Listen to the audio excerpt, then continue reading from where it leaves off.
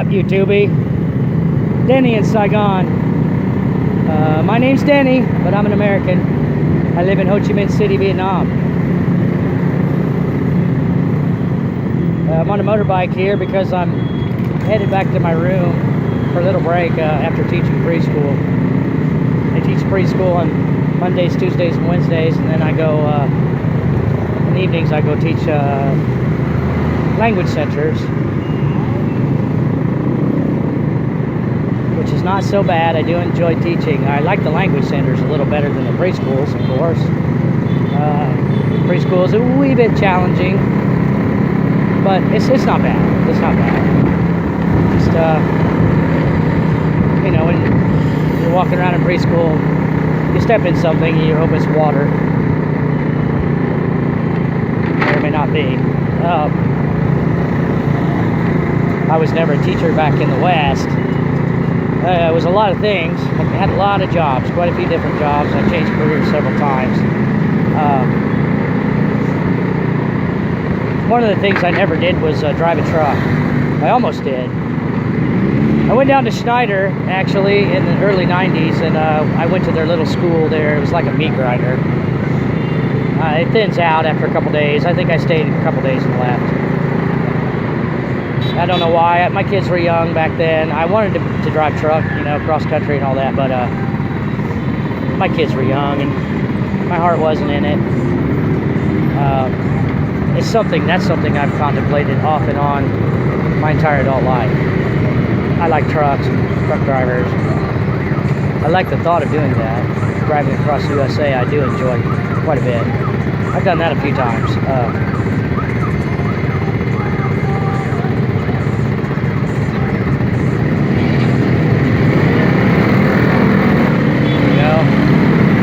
If you ever get a chance to drive across the USA, you probably wanted to do that.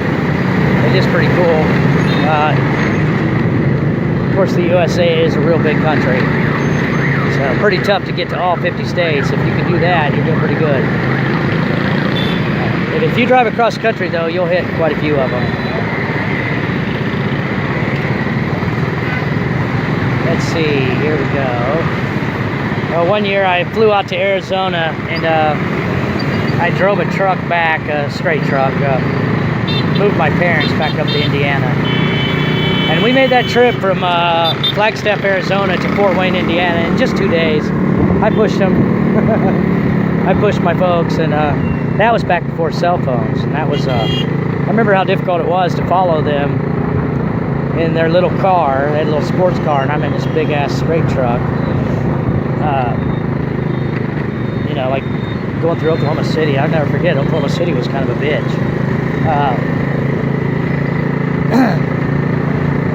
Yeah, it's not bad. I rode a bus back one time. I went out west to California, and I rode a bus back from San Diego, the crack hound, all the way back to Fort Wayne, Indiana, and that was quite an experience. A little different than the bus in Vietnam, believe me. The bus in America is, yeah, you're gonna meet some folks.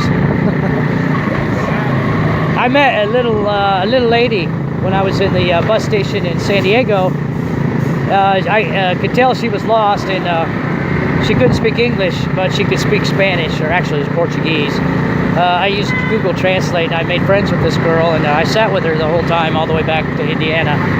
I helped her kind of navigate a little bit, and real nice girl. A sweet lady, good looking too, of course. She was single, but she had a son back in Brazil. She actually came, you know, all the way from Brazil, like through Mexico and all that, with the banditos and all that, rode on the train the whole way to the border, and then she was detained at the border for a few days, and then they let her in, you know. And she was on her way to where was she going? She was going to Pittsburgh, I think, to live with her sister. Maybe it was New Jersey. Anyways, a real nice girl, super nice girl, you know. I'm okay with them letting her into the country, you know. I just a girl alone. I hate to imagine that they would kick her out or boot her back or something back into Mexico. You know, I mean, I'm not completely heartless, right? I'm not heartless. I'm a human being, and I love humans, you know. And I would love to see the whole world, you know, lifted out of poverty and the problems they have in South America and stuff. You know, obviously I understand why people leave that. But my heart goes out to them. Unfortunately, not everybody who comes across the border is an honest person. You know, no doubt there's a lot of troublemakers and a lot of criminals and maybe even terrorists coming across. But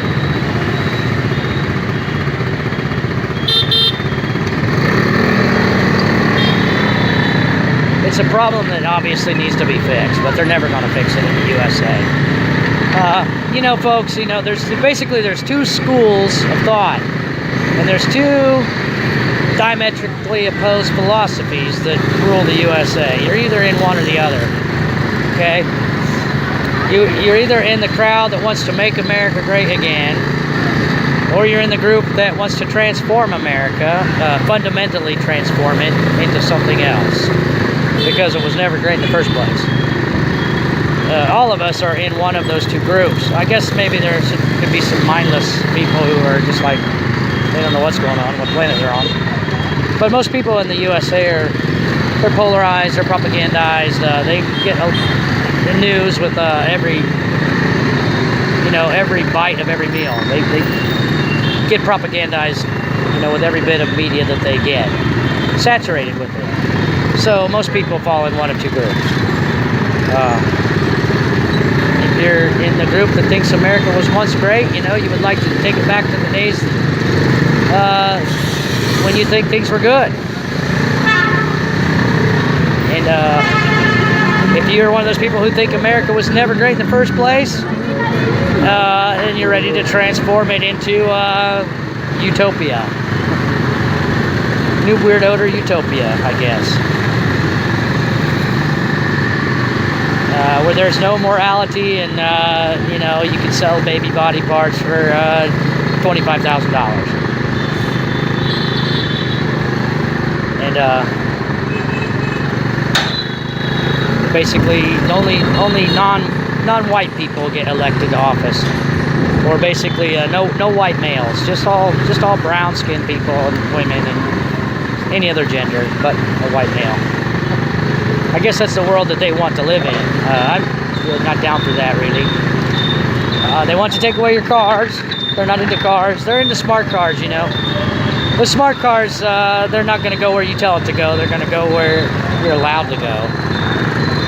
They'll tell you where you're allowed to go. It'll be great, you know. You get to fundamentally transform the country into, you know, dystopia. The United States of dystopia.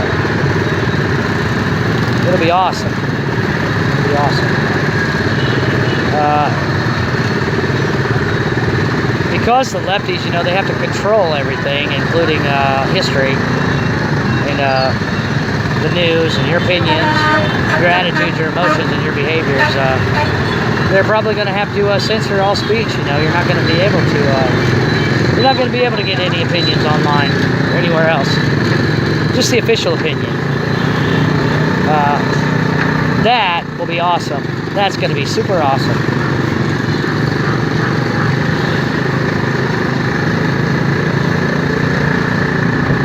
I can hardly wait for that, you know.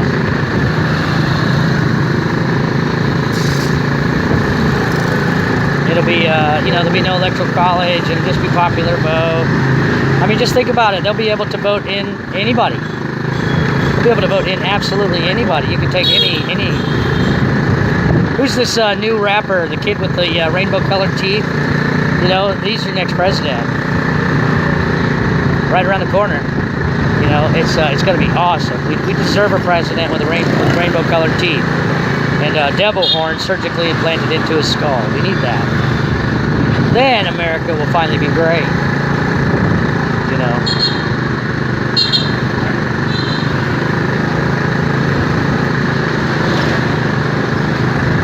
I can hardly wait.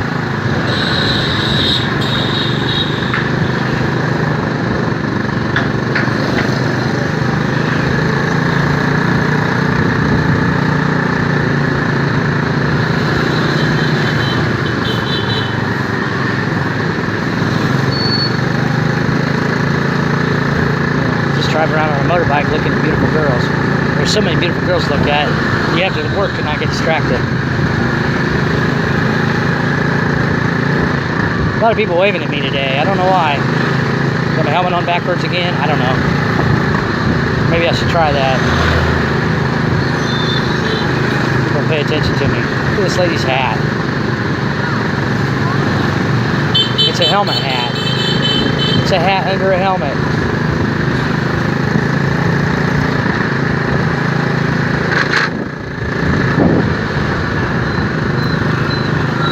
Yeah, I'm pretty good at driving through Saigon now. After a couple of years of living over here in Vietnam, man, it's just really no problem for me at all. I'm from Indiana. I started riding a motorbike when I was probably 6 years old. 5 or 6 or 7, something like that. And I mean, it's easy. It's no problem. And, navigating the traffic and stuff, you know, if you can just keep getting run over by something, you're probably going to be okay here. Don't go too fast and don't get distracted. By all the hot girls, you'll be fine.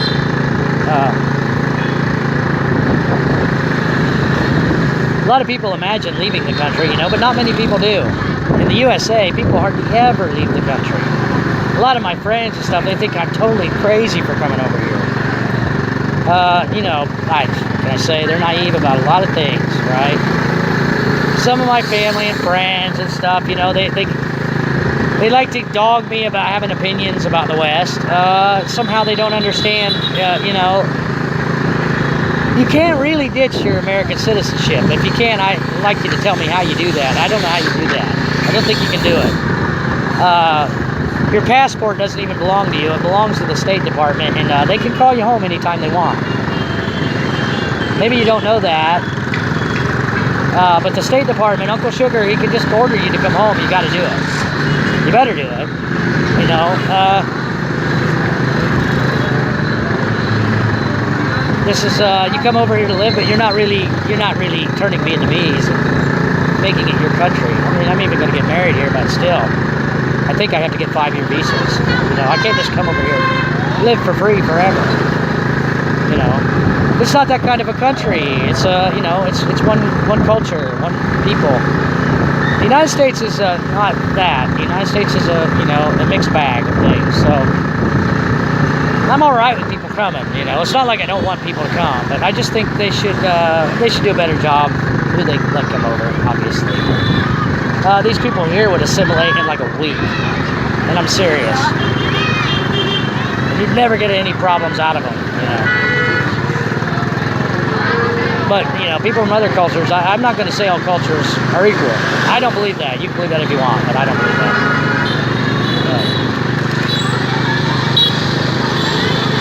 I'm home again, almost. Thank you for watching my video. If you're still with me. I hope wherever you are that you're having a wonderful day.